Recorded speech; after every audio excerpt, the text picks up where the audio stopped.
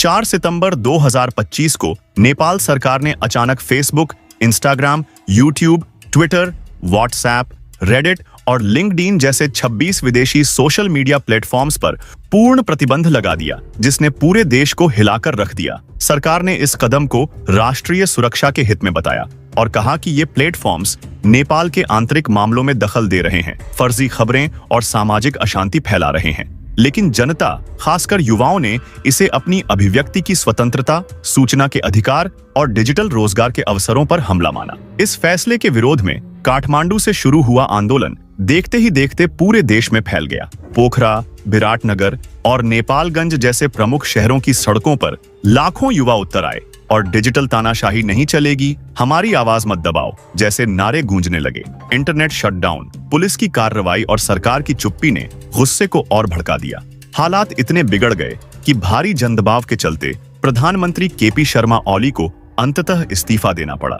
कुछ सैन्य अधिकारियों ने भारत से स्थिति नियंत्रित करने में सहयोग की मांग भी की। हालांकि भारत ने संयम बरतते हुए केवल स्थिति पर नजर रखने की बात कही और नेपाल की संप्रभुता का सम्मान किया। इस पूरे घटनाक्रम ने ये साफ कर दिया कि सोशल मीडिया अब केवल एक तकनीकी माध्यम नहीं, बल्कि युवाओं की सोच, अभिव्यक्ति और अधिकार का मंच है।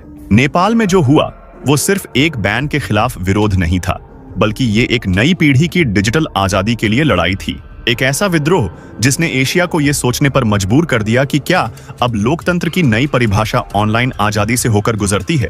इस फैसले ने पूरे देश में टहलका मचा दिया। खासकर युवा वर्ग इस कदम से भड़क उठा। पत्रकारों, वकीलों, छात्रों और कई संगठनों ने इसे अभिव्यक्ति की स्वतंत्रता और प्रेस की आजादी पर हमला बताया। सरकार का कहना था कि इन सोशल मीडिया कंपनियों ने तय समय सीमा में पंजीकरण नहीं कराया। संचार मंत्रालय ने 28 अगस्त से 3 सितंबर तक इन कंपनियों को पंजीकरण के लिए समय दिया था, लेकिन किसी भी प्रमुख प्लेटफॉर्म ने इसकी पालना नहीं की। इसके अलावा प्रधानमंत्री केपी शर्मा ओली ने दावा किया कि ये विदेशी प्लेटफॉर्म उनकी सरकार को अस्थिर करने और देश में अराजकता फैलाने की साजिश रच रहे थे। उन्होंने इस प्रतिबंध को राष्ट्रीय हित में उठाया गया कदम करार दिया, लेकिन यह फैसला उल्टा पड़ गया। नेपाल की जनता, खासकर युवाओं ने इसे अपनी आजादी पर हमला माना और सड़कों पर उतर आए। 4 सितंबर को प्रतिबंध लागू होने के बाद 8 सितंबर को छात्रों ने जनरेशन ज़ेड रेवोल्यूशन नाम से एक आंदोलन शुरू किया। यह आंदोलन पहले छोटे स्तर पर था, लेकिन जल्द ही यह पूरे देश में फैल गया। काठमांडू के अलावा अन्य शहरों में भी युवा इस आंदोलन का हिस्सा बन गए। प्रदर्शनकारी चाहते थे कि सरकार तुरंत सोशल मीडिया पर लगे प्रतिबंध को हटाए। हालांकि आंदोलन जल्द ही हिंसक हो गया। सरकार ने इसे नियंत्रित करने के लिए सख्त कदम उठाए। पहले पुलिस ने पानी की बौछारों और आंसू गैस का इस्तेमाल किया। जब यह नाकाम रहा तो काठमांडू और अन्य प्रभावित क्षेत्रों में कर्फ्यू लगा दिया गया। कर्फ्यू तोड़ने वालों को गिरफ्तार किया गया। स्थिति बिगड़ने पर पुलिस ने लाठीचार्ज किया और कुछ जगहों पर गोलियां भी चलाईं। इस हिंसा में 19 लोगों की जान चली गई और 300 से ज्यादा लोग घायल हुए। इस दमन ने युवाओं के गुस्से को और भड़का दिया। प्रदर्शनकारी और उग्र हो गए और उनका आंदोलन नेपाल की संसद तक पहुंच गया। संसद भवन के बाहर हजारों प्रदर्शनकारियों को देखकर सरकार में हड़कंप मच गया। प्रदर्शन के बढ़ते दबाव में गृह मंत्री रमेश लेखक को इस्तीफा देना पड़ा। कहा जाता है कि सोशल मीडिया प्रतिबंध का आदेश उनके मंत्रालय से ही आया था, जिसके चलते प्रदर्शनकारियों ने उनके इस्तीफे की मांग की थी। एक आपातकालीन कैबिनेट बैठक में लेखक ने अपना इस्तीफा प्रधानमंत्री ओली को सौंप दिया।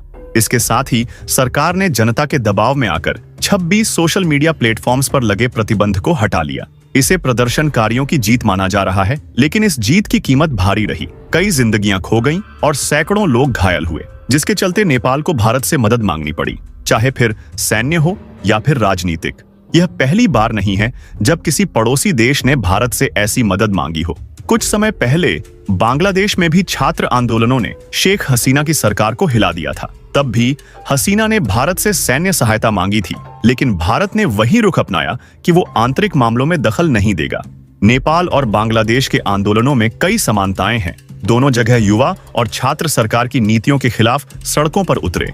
दोनों ही मामलों में सरकार ने पहले दमन का रास्ता चुना, लेकिन जनता के दबाव में झुकना पड़ा। नेपाल में प्रतिबंध हटा तो बांग्लादेश में हसीना को सत्ता छोड़नी पड़ी। भारत का ये फैसला कि वो नेपाल के आंतरिक मामलों में दखल नहीं देगा, कई मायनों में सही था।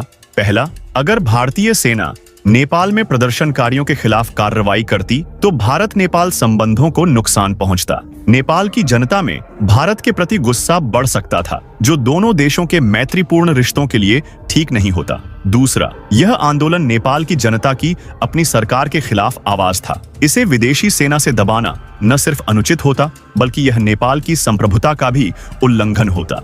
तीसरा, भारत का यह रुख उसके उस सिद्धांत को दर्शाता है कि वो अपने पड़ोसियों के आंतरिक मामलों में हस्तक्षेप से बचता है, खासकर जब बात नागरिक आंदोलनों की हो। हालांकि कुछ लोग कह सकते हैं कि भारत को नेपाल की मदद करनी चाहिए थी, क्योंकि दोनों देशों के बीच गहरे सांस्कृतिक और ऐतिहासिक रिश्ते हैं। लेकिन मदद का मतलब सैन्य हस्तक्षेप नहीं हो सकता। भारत शायद मध्यस्थता या कूटनीतिक सहायता जैसे तरीकों से मदद कर सकता था। सोशल मीडिया प्रतिबंध हटने के बाद नेपाल में आंदोलन कुछ हद तक शांत हुआ है, लेकिन युवाओं का गुस्सा अभी पूरी तरह ठंडा नहीं हुआ। ये आंदोलन सिर्फ सोशल मीडिया की आजादी की लड़ाई नहीं था, बल्कि ये उस निराशा का भी प्रतीक था जो युवा अपनी सरकार की नीतियों से महसूस कर रहे हैं। नेपाल सरकार को अब ये सुनिश्चित करना होगा कि वो अपनी जनता की आवाज सुने और उनकी शिकायतों का समाधान करे। भविष्य में ऐसे फैसले लेने से पहले जनता की राय को ध्यान में रखना होगा। भारत के लिए ये एक सबक है कि वो अपने पड़ोसियों के साथ मजबूत रिश्ते बनाए रखे, लेकिन उनके आंतरिक मामलों में अनावश्यक दखल से बचे। ये रुख भारत की कूटनीतिक छवि को मजबूत करता है और क्षेत्रीय स्थिरता को बढ़ावा देता है। नेपाल का ये आंदोलन दिखाता है कि जनता की आवाज को दबाना आसान नहीं है। युवाओं ने अपनी एकजुटता से सरकार को झुकने पर मजबूर कर दिया। भारत का तटस्थ रहना एक समझदारी भरा फैसला था, जो उसके पड़ोसी देशों के साथ रिश्तों को और मजबूत करेगा। वैसे आपको क्या लगता है, क्या भारत ने सैन्य मदद की मांग ठुकराकर सही किया, या उसे नेपाल की मदद के लिए कुछ और कदम उठाने चाहिए थे? अपनी राय नीचे कमेंट में जरूर बताएं। जाने से पहले वीडियो को लाइक करें, शेयर करें और ऐसी ही और वीडियोस के लिए हमारे चैनल फैक्टॉइड फैक्ट्स को सब्सक्राइब करके बेल नोटिफिकेशन को भी ऑल पर सेट कर लें। धन्यवाद।